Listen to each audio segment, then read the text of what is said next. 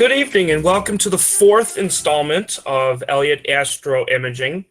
I want to thank everybody for joining tonight as it is a little bit of a later start than usual. Was having problems with the mount in the go-to and the two-star alignment and just getting a few things done. Still is not exactly where I want it to be, especially for long exposure photography.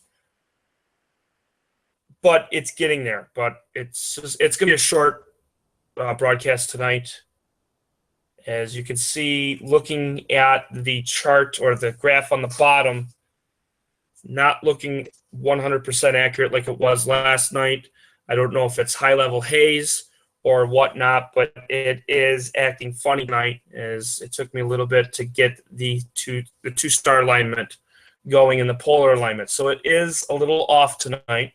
I am still going to try to see if I can get the Pelican Nebula tonight, but the way the guiding is right here, I just don't foresee going super long at all for that. But we could always try. What I am going to pull up is one of the images that I got last night, and I was doing the Crescent Nebula, and that was NGC 6888.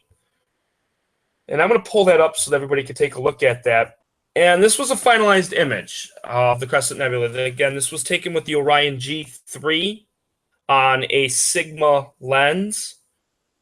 It's a macro lens, and this was 5-minute exposures, and I took 9 of them last night, one on top of the other, and stacked them, and I stacked 7 of those 9. So that gave me 35 minutes of exposure time.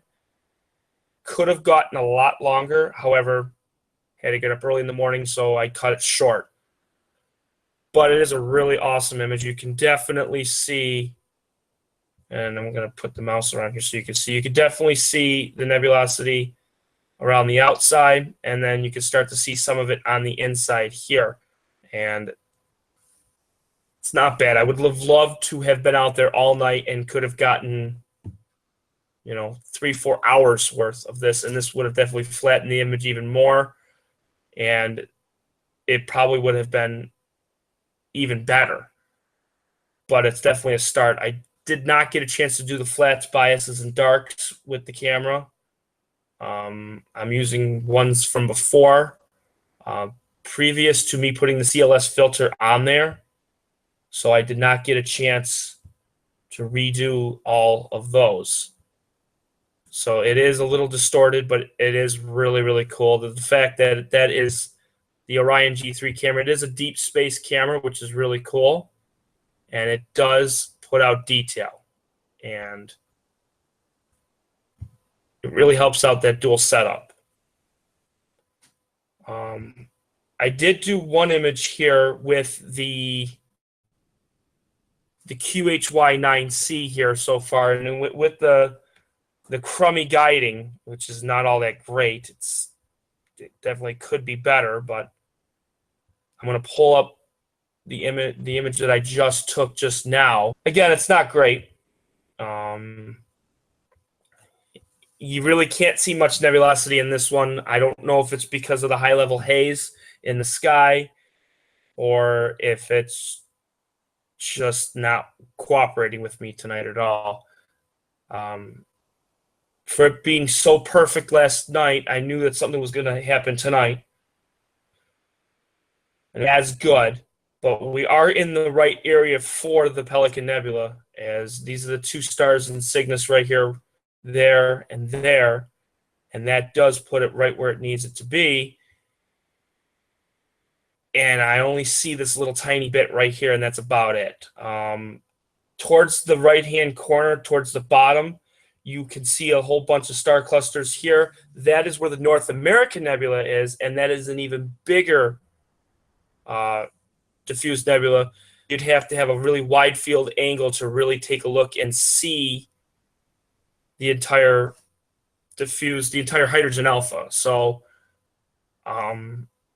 looks like tonight is not a really good night to do hydrogen alpha. It's looking like not to be a good night at all, period. for astronomy. I looked at the clear sky chart all day. So this may change. I don't know.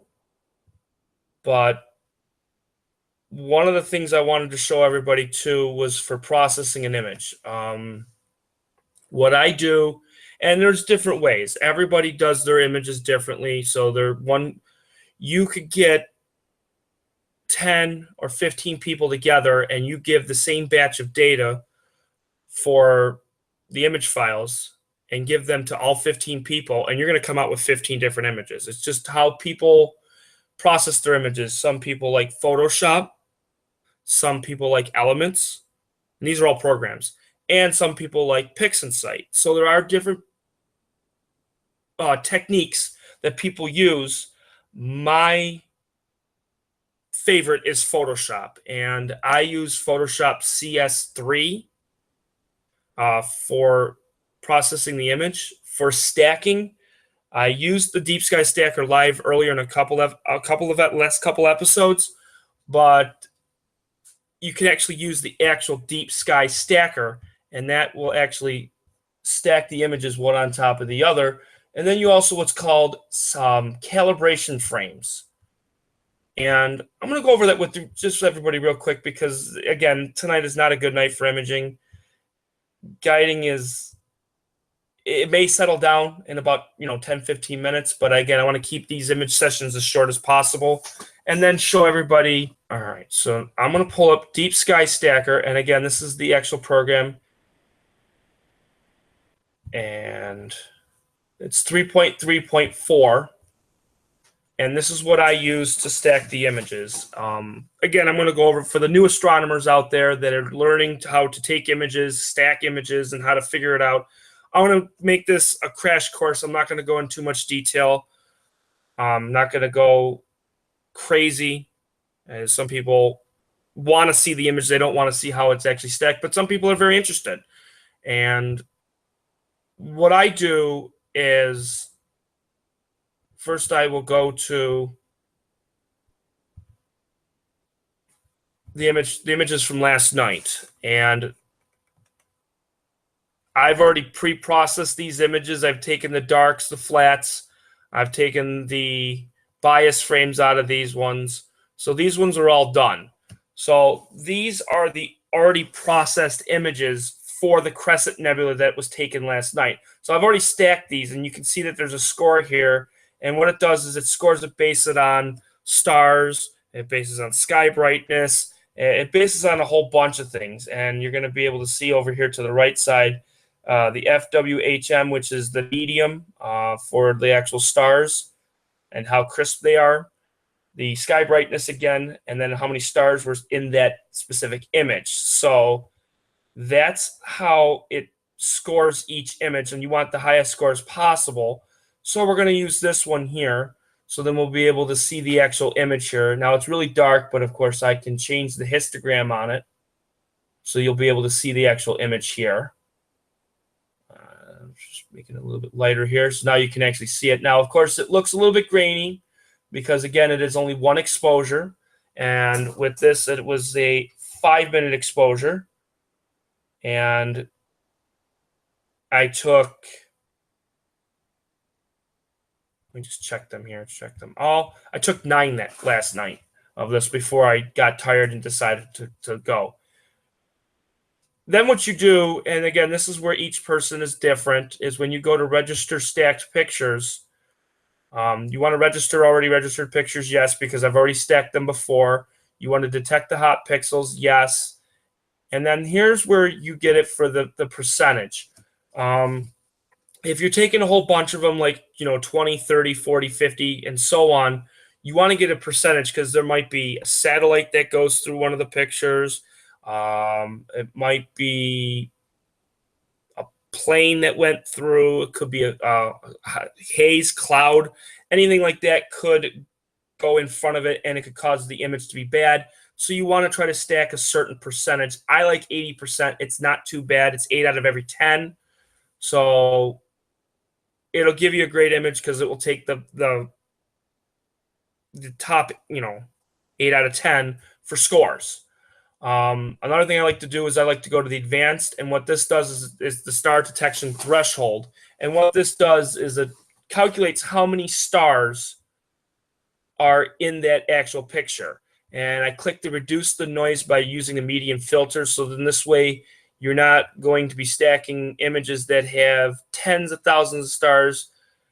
So, and it would take 3 to 4 hours. And at that point, you don't really want to do that. So I like to keep it at about 10%, and you're going to hit it. And what it's going to do is it's going to load the image, and then it's going to find it, and then it's going to look for the stars. So it sees about 31 stars. I like to keep it between 50 and 55 stars. So it's going to go through in 36 stars. So we're going to bring it down just a little bit more to about 5% and 60 stars. So that's about good. So then we go back to actions, and then we're going to go to recommended settings. Now, there's different ways you can go about this. You can do channel calibration. A lot of people don't really know exactly the right setting for these. I like to just leave these alone and just keep it as is. So you can't go wrong with that. Stacking parameters, this is where you actually look and you can actually say, okay, do you want it to be a mosaic mode? You want it the standard mode or intersection mode? And it's just different ways that depending on if you're taking multiple images over a course of 2 to 3 nights, you want to use different settings for each one.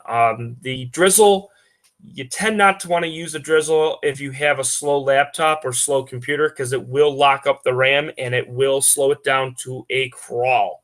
Sometimes it might even crash the system because it's using so much RAM and so much memory. So usually you don't want to use the drizzle unless if you have a super fast laptop and that you're not clogging the system. Light frames, I like to keep it at average, but you can do medium, kappa, sigma. Again, it's all preference. Some people like certain things. It's not going to make a huge bit of difference, but at that point, it's not a huge deal. I do like to detect the hot and cold pixels. And what the hot and cold pixels are, it is the heat from the camera.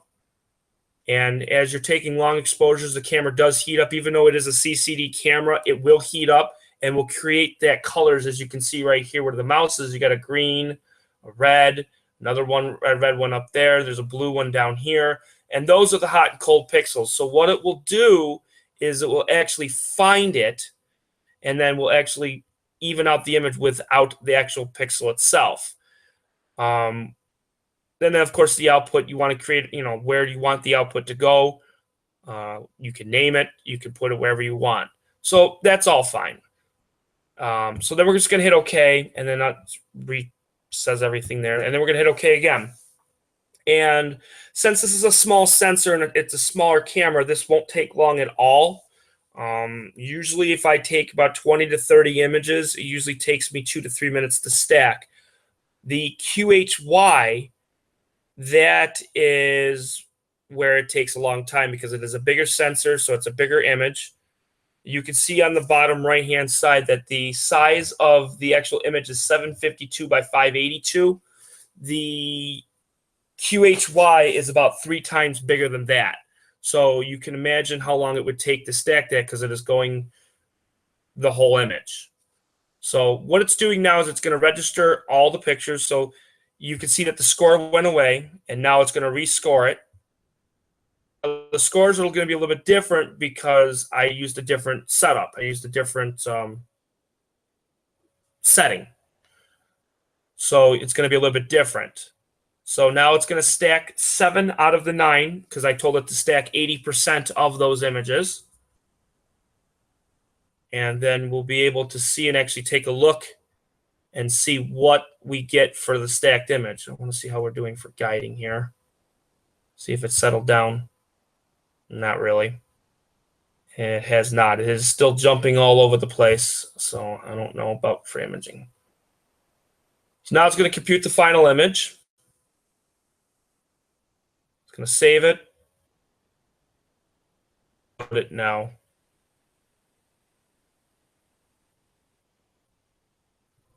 Give it a second here. There it goes.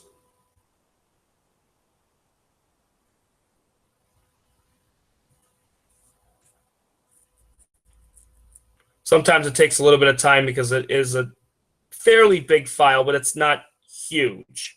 So it does take a little bit of time for it to actually load. It as a TIFF file, a lot of people that use images that from a point and shoot camera would use a bitmap or a JPEG or a PNG file. Those are compressed files. Those are small files. Hence, that's why people can take thousands and thousands and thousands of pictures on one memory card, because they're smaller. But these are TIFF files and FIT files, which are uncompressed, they're untouched, and you can see that they're a lot bigger. So it did stack the image. Still working on the new flat files and darks and biases, so you are going to see some of the hot and cold pixels still there. Did not eliminate them completely because I have to retake all of them again. Right now, what it does is it has a histogram, and again, people use their images differently.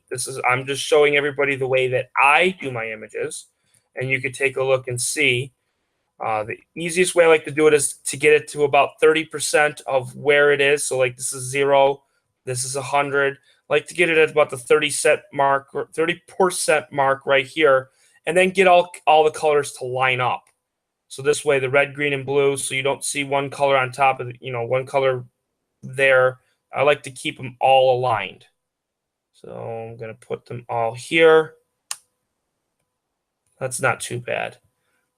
So that's fine for the RGB. Then we go to luminance, and then there's 3 different settings. There's darkness, midtone, and highlight. The darkness, I like to slide this all the way over so you can see the arc went down.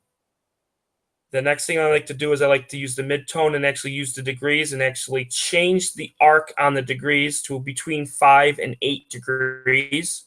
And then you want to use this to get that arc right to go up right where the colors are. And then the highlights, I like to go between 50 to 56, 57, 58, depending on, you don't want it to go too much. And then you go to saturation, and then you do saturation of about 17 to 20%, depending on your liking. And then you can see that the actual image got really dark, and it is really neat. So we're going to bring down the numbers here for the midtone, and then it'll make the image a little bit lighter. And you can see that it's really blue. So we're going to take the blue here, take the green and actually match it with the blue, take the red and match that with that, and then hit apply. And now the image is starting to look a little bit better. So now you're going to say, well, why is the colors different? Why is that?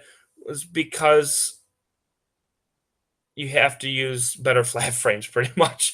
The flat frames I was using before had like a smudge on the bottom right-hand side on the camera on the old filter, and I took the old filter out so you can start seeing that there's aberration on the actual image. But that is perfectly fine, because when you take it into Photoshop for post-processing, you can actually create a flat image. So you can see the difference between this one and this one. There's a big difference, a huge difference. And I'm going to zoom in a little bit so that way you can see